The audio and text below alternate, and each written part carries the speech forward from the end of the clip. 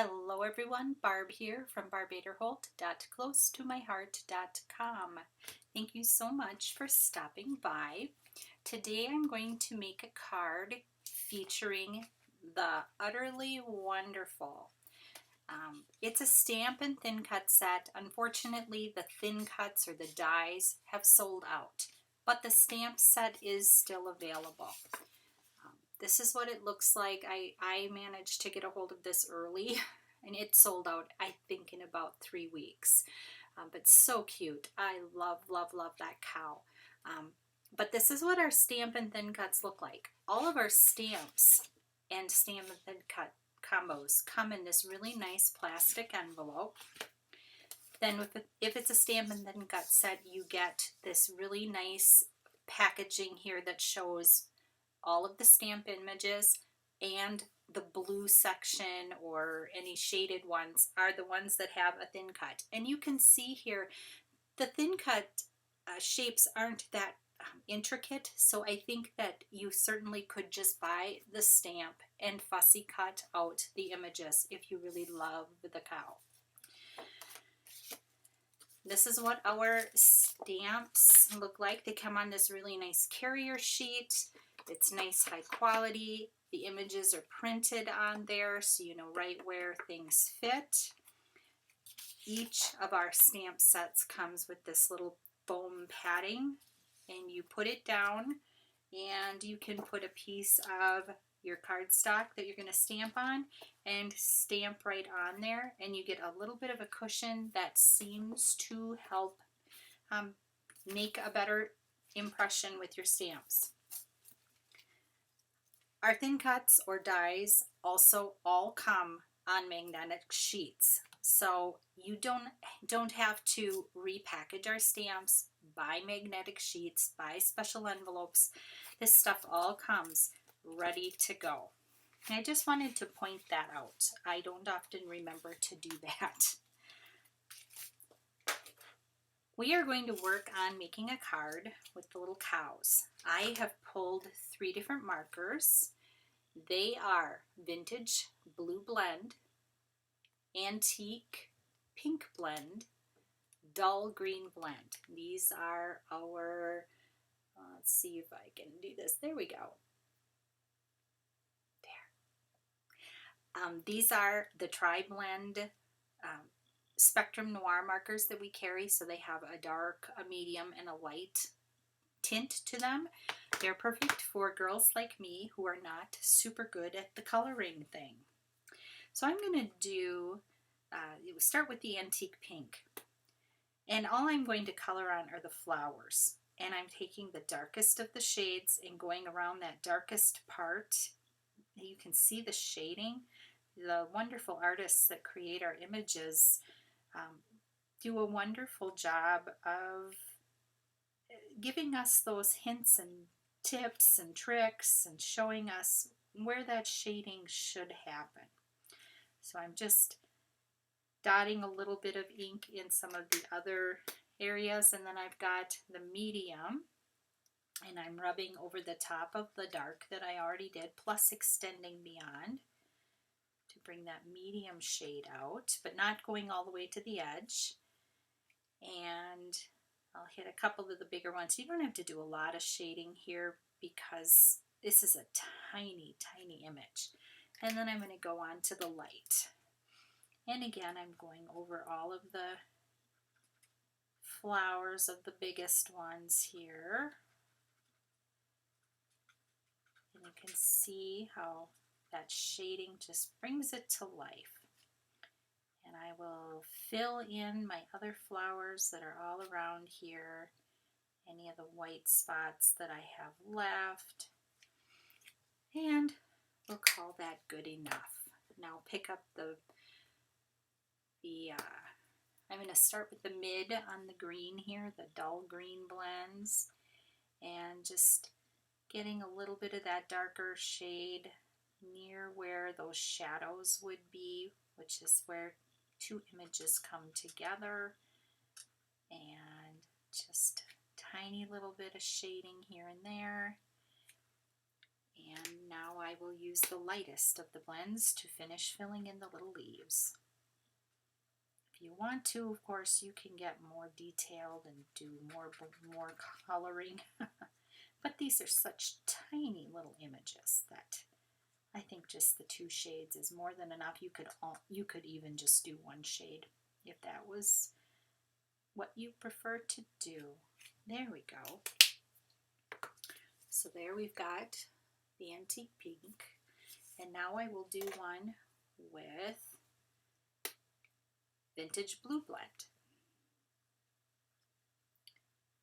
I don't often show coloring, but I had a couple of customers ask some questions about it, and I thought maybe I would do a little bit here, because I told them I am not really a colorist, but these markers help me to feel like I am. Again, I'm just dotting a little bit of that darkest shade. There's no rule. You do what you like, what you feel good about. Here's the medium. And do a little more in the bigger sections. And we'll head for the light. I just love this vintage blue marker. It is so pretty.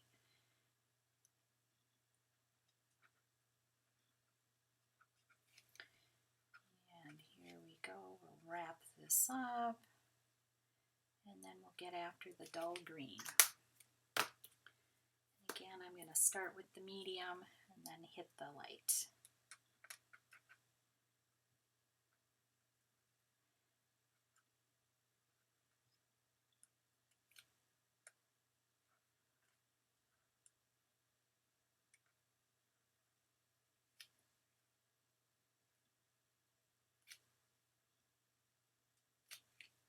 Okay, and the light. And the markers are labeled where the dark, the mid, and the light are.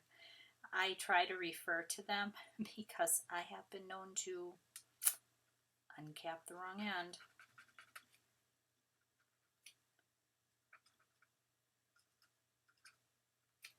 Here we go, just like that. Isn't that sweet? Tri-blend markers for the win. Just like that. Now I have 2 card bases, and I have 2 pieces of, this is the textures paper. This is in the main catalog.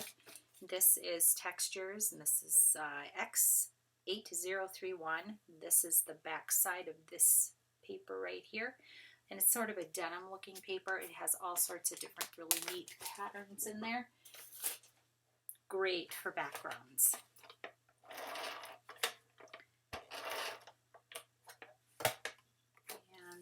I cut this to 5¼ by 4 so that I'd have this nice little border around the edge. And let's get this other one done. My little rectangles are made from the rectangle shaker set of dies. That's the frame part. And here's what I'm going to do.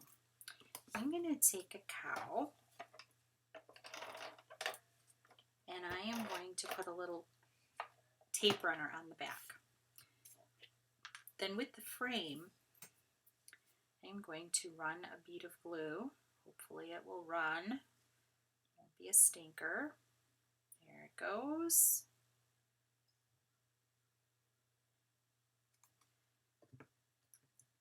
And what I'm going to do is I'm just going to get it started, and I am eyeballing this. You certainly could do some measuring, but I'm going to leave it loose at the bottom end here so that I can slip my cow under that frame edge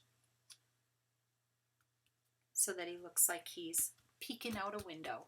And I just thought that looked so fun and so cute. Same with this one. Add the glue around the edge. And set that up there.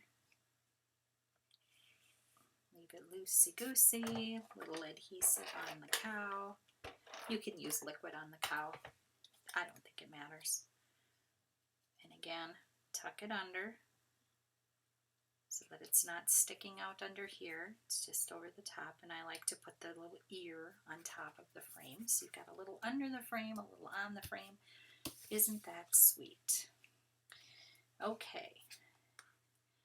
Now I need to do a little stamping.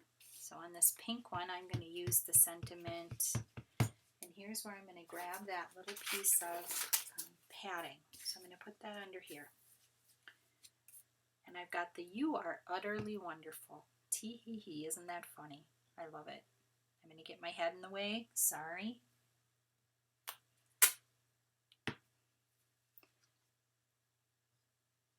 Just like that. Then the other one, I have got this one. This one says, "Love you till the cows come home." And again, I'm going to get my head in the way. Sometimes you just have to get your head over a project. Just like that. Isn't that fun? This is black ink. Just our plain Jane black ink pad. So, here we go. 2 cards. That was some pretty quick coloring. Super easy, super fast. And I've got a couple more cards to stick in this little card portfolio that I'm putting together for a friend. Just like that. Thank you so much for stopping by. Have a blessed, crafty day.